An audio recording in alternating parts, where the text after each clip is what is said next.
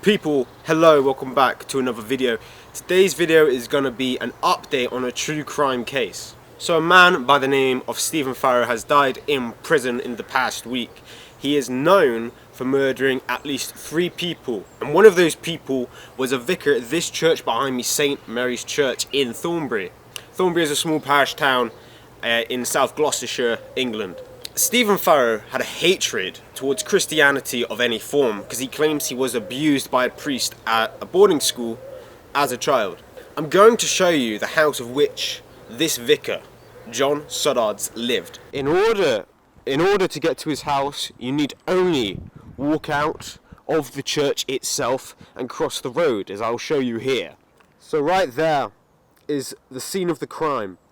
A beautiful building, quite a big building, surrounded by other big buildings next door. So he clearly didn't need to walk far for work. This is how dedicated this man was. He recently moved from somewhere, I believe Devon, in order to work here. And it's just a shame that he was taken advantage of in the worst way for doing such a kind deed. This church has a lot of history to it. To the left of me here is Thornbury Castle, of which many Tudors visited. Tudors being the old royal family in English history. Now, Stephen Farrow was no nice person. He brutally murdered an old English teacher in her home, stabbing her in the neck and then placing her head on a pillow after the fact for investigators to find her there.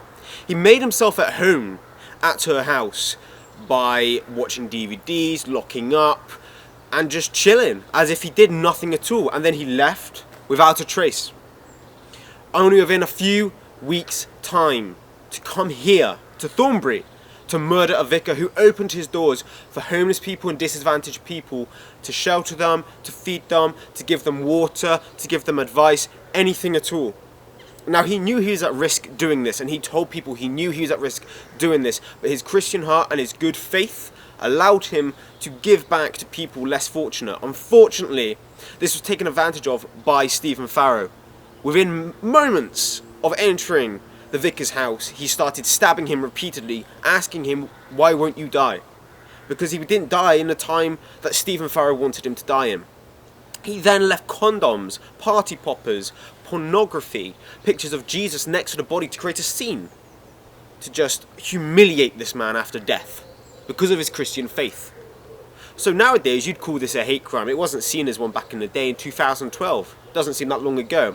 But how the laws have changed is very extreme. And after killing the vicar, he also then made himself at home, drinking beer, watching DVDs, putting his feet up, relaxing, enjoying life, while a vicar lay dead in the same house. As someone who knows this area very well, it's heartbreaking that this ever happened. I'm not sure if there's any resolvement in the death of Stephen Farrow, but it surely means that he can hurt no one else. He had a whole life order. Not life in prison, a whole life order. He was deemed psychopathic. He's in fact on a TV show, Britain's Most Evil Killers. That is the level of evil this man had in his heart. As someone who also worked at a Christian organization over the summer in the United States of America, this hits close to home. Imagine working hard to spread peace, love, positivity, community, only to be stabbed to death in your own home that you've worked so hard to move to. This is not where you were born. This is not where you know people. This is where you moved to for work, and you got stabbed to death simply for looking after people. It's heartbreaking. Not to mention the other 2 victims. From what I can see online, only the English teacher is actually named, but I do not know enough about the other 2 victims to report on the scene there and comment on it. I decided to come here today as it's in my ability. I'm going to return to the UK True Crime Series 2 that I never completed, starting with Fred and Rose West, and then we'll see from there. My UK True Crime videos, I put a lot of dedication and passion into, and people seem to enjoy them. But due to many reasons over the past year, I have struggled. Now, I have all the time in the world. I have a clear mindset. I have a clean perspective on life. I have more motivation. I'm at my best health. I have no excuses to pursue what I'm doing, what I've always wanted to pursue but doubted myself in, with the best of my ability. So be sure to stay tuned. Be sure to hit the thumbs up as well, to like, subscribe, comment, share, do what you need to do. Everything helps. I'm gonna be on my grind non-stop. Watch this space. Live streams, videos, shorts, the lot. I'm here to stay, whether you like it or not. Lots of love to you all. I appreciate you guys for watching this far. If you watched this far, big up yourself. Thank you so much. I'll see you in the next one.